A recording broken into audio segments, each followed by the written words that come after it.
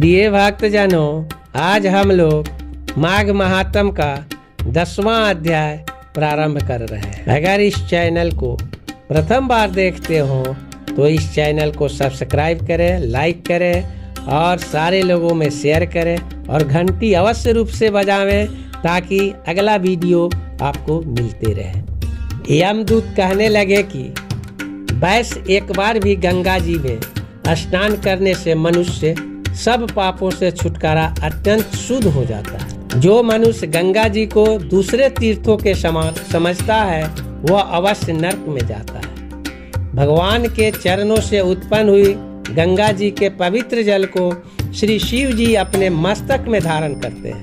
वह ब्रह्मा जो संदेह रहित प्रकृति से अलग और निर्गुण है, ब्रह्मांड में उसकी समानता किससे हो सकती है। गंगा जी का नाम हजारों योजन दूर से ही लेने वाला नरक में नहीं जाता, इसलिए मनुष्य को अवश्य गंगा जी में स्नान करना चाहिए।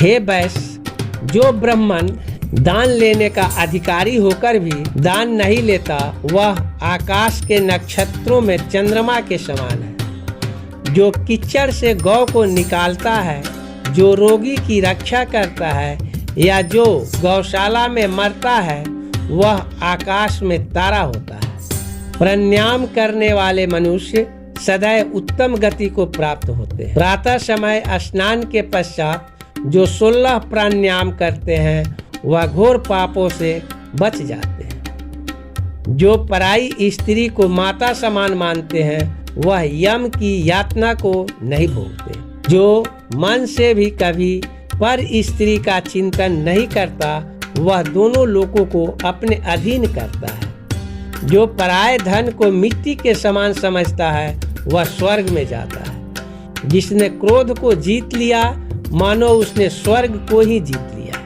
जो माता पिता की सेवा देवता तुल्य करता है वह यम द्वार नहीं देखता और जो गुरु की सेवा करते हैं वह ब्रह्मलोक को प्राप्त होते हैं।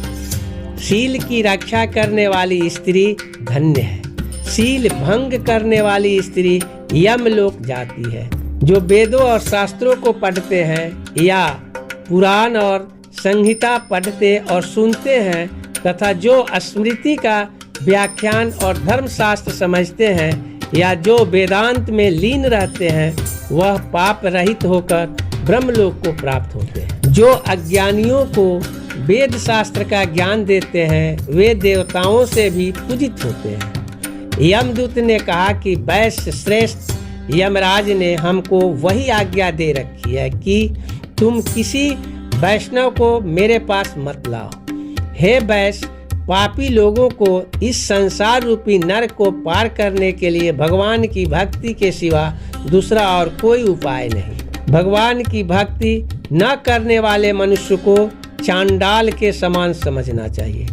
भगवान के भक्त अपने माता पिता दोनों के कुलों को तार देते हैं और उनको नरक में नहीं रहने देते। और जो मनुष्य वैष्णव का भोजन करते हैं वे भी भगवान की कृपा से श्रेष्ठ गति को प्राप्त होते हैं। बुद्धिमान को सदैव वैष्णव का अन्न खाना चाहिए, इससे बुद्धि पवित्र होकर मनुष्य पाप नहीं करता। गोविंदाय नमः इस मंत्र का जाप करता हुआ जो मनुष्य मृत्यु को प्राप्त होता है वह परम धाम को प्राप्त होता है, इसमें कोई संदेह नहीं है। जो ओम नमः भगवते वासुदेवाय मनमो नारायण इस 12 अक्षर मंत्र या ओम अष्टाक्षर मंत्र का जाप करता है उसके ब्रह्म इत्यादि बड़े पाप नष्ट हो जाते हैं। अगर यह वीडियो आप लोगों को पसंद आया हो तो इस चैनल को सब्सक्राइब करें, लाइक करें और सारे लोगों में शेयर करें। माघ महात्म 11वां अध्याय दूसरे दिन प्रारंभ किया जाए।